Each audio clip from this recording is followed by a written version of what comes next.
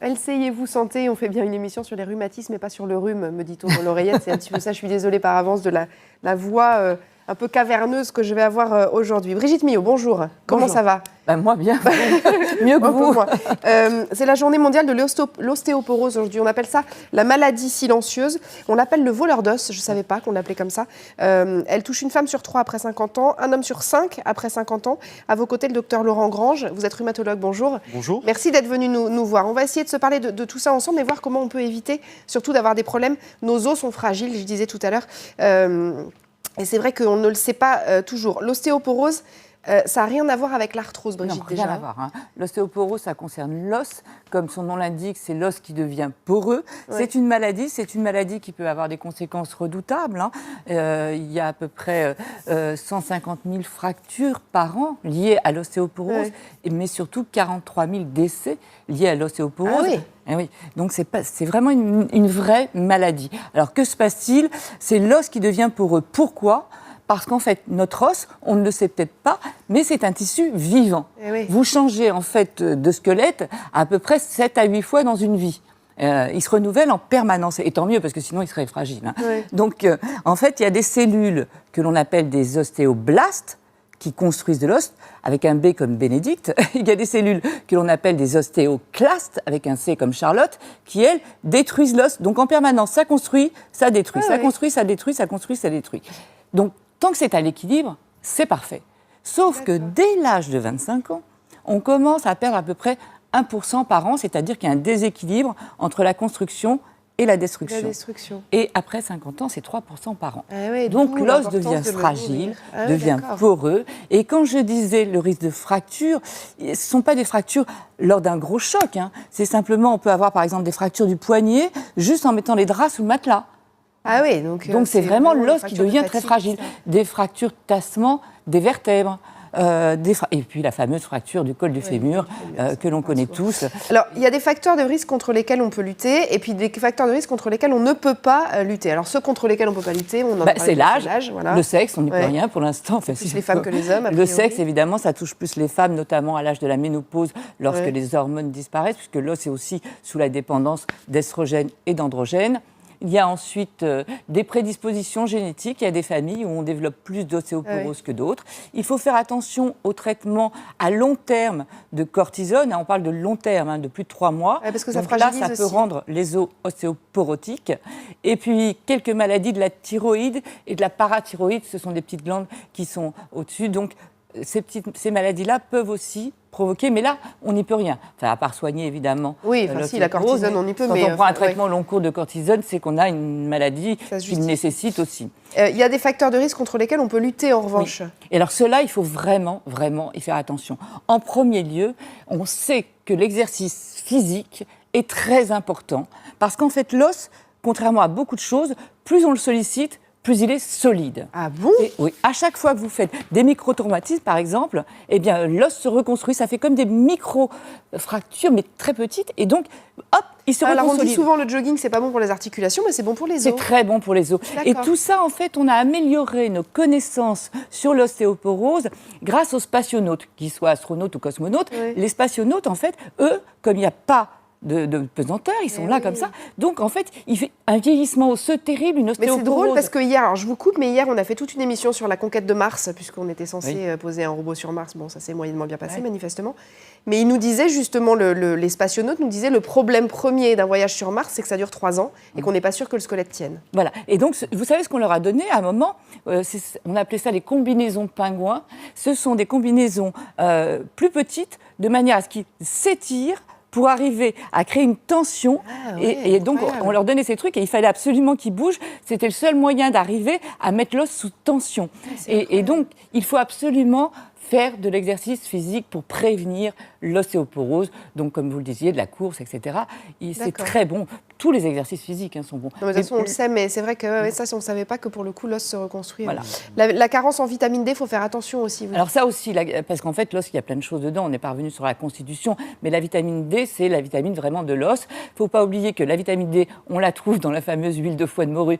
C'est pas terrible pour certains. Bon, elle existe aussi en gélule, mais il suffit de mettre un quart d'heure par jour ses avant-bras au soleil et on va fabriquer, c'est une réaction chimique, les rayonnements, cholestérol, vitamine D, la vitamine D suffisante pour nos os. Après, il y a évidemment des ampoules. N'oublions pas aussi, alors là, un petit conseil pour les femmes qui sont voilées de la tête aux pieds. Là, elles ne peuvent pas synthétiser, elles ont des grosses carences en vitamine D, avec de l'ostéoporose très développée. Donc là, il y a des ampoules de vitamine D qu'il faut absolument prendre. C'est important, la vitamine D est essentielle. Les ampoules UV-dose. Le calcium aussi, on a tous en tête la pub pour le fromage blanc là, qui renforce les os. Non mais c'est important. Il faut absolument, parce que l'os, il y a essentiellement du calcium dedans. Bien sûr. Donc, évidemment, tous les produits laitiers, les fromages, etc. Pour ceux qui ne veulent pas grossir, on peut prendre des os très calciques. Il faut faire attention. Des os EAUX. Oui, des os. Pardon, des os. Il y a plusieurs, il faut regarder sur les étiquettes. On en a parlé avec Gérald il y a 2 jours, des os calciques. Donc des os très calciques. Un petit conseil aussi, pour garder le calcium, en fait, on sait qu'un régime trop riche en sel ou alors en café fait fuir le calcium. Donc, pour préserver ses os, pas trop salés et pas trop de café. Et des os calciques, évidemment, ou des produits laitiers. Laitiers. Alors, docteur Grange, donc vous êtes rhumatologue à Grenoble.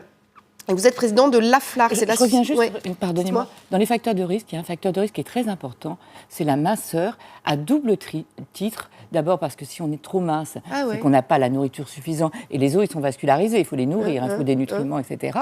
Et puis en plus, double effet parce que, imaginez que vous tombiez sur les fesses, s'il n'y a pas de gras, eh bien, vous risquez beaucoup plus facilement une fracture que s'il y a un bon arrobage. Bon, alors ne soyez pas trop mince.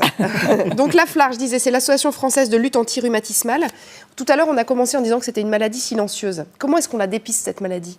Alors, on la dépiste déjà en se posant la question, après la ménopause, est-ce qu'on a potentiellement de l'ostéoporose ? Donc, c'est aller voir son médecin généraliste et lui poser la question. Après, il va l'interroger, voir s'il y a des facteurs de risque, comme on l'a dit. Et ensuite, éventuellement, il y a un examen qui s'appelle la densitométrie minérale osseuse. C'est un examen radiologique qui permet de mesurer la concentration, si vous voulez, de calcium dans l'os, mesurer l'aspect quantitatif de l'os. Et après, on peut donner un traitement ou pas en fonction de ça. Il n'y a pas que les femmes, les hommes aussi. Les hommes aussi. Ça, c'est fait systématiquement, cette radio Non, c'est pas fait systématiquement. Grosso modo, en France, il y a une chute du nombre de prescriptions de ces radios. Pourquoi ? Parce que c'est très compliqué, les remboursements sont très complexes. Et donc, on a moins 6% de densitométrie osseuse par an, alors qu'on a plus 10% de fractures par an. On disait tout à l'heure, une femme sur 3, un homme sur 5. Il y a une véritable urgence sanitaire, je dirais, de prise en charge de l'ostéoporose en France. Alors justement, comment elle se prend en charge, cette ostéoporose ? Alors l'ostéoporose, c'est par rapport à tous les facteurs de risque. Donc effectivement, d'abord, c'est l'activité physique. Moi, le premier traitement que je donne, je fais une prescription d'activité physique. Ce n'est pas encore remboursé, mais il faut le faire. Ça viendra peut-être un jour. Peut-être un jour. Deuxièmement, c'est la nutrition, comme on l'a parlé. Avoir ces 1200 mg par jour de calcium après la ménopause, avec la vitamine D, s'il le faut, les poissons gras, comme on l'a dit. Et puis ensuite, il y a des traitements. Alors les traitements, c'est des traitements qui vont, comme le remodelage osseux après la ménopause, il va exploser. Donc le but, c'est baisser ce remodelage osseux pour que l'os puisse se fabriquer de nouveau de manière plus lente, mais plus efficace et plus solide. Et c'est avec des médicaments ? C'est des médicaments qui se prennent en comprimé ou en perfusion régulièrement. Et qu'on prend à vie du coup ou pas ? On comprend à vie, non. On fait des cycles de traitement maintenant, on dit de 3-4 ans.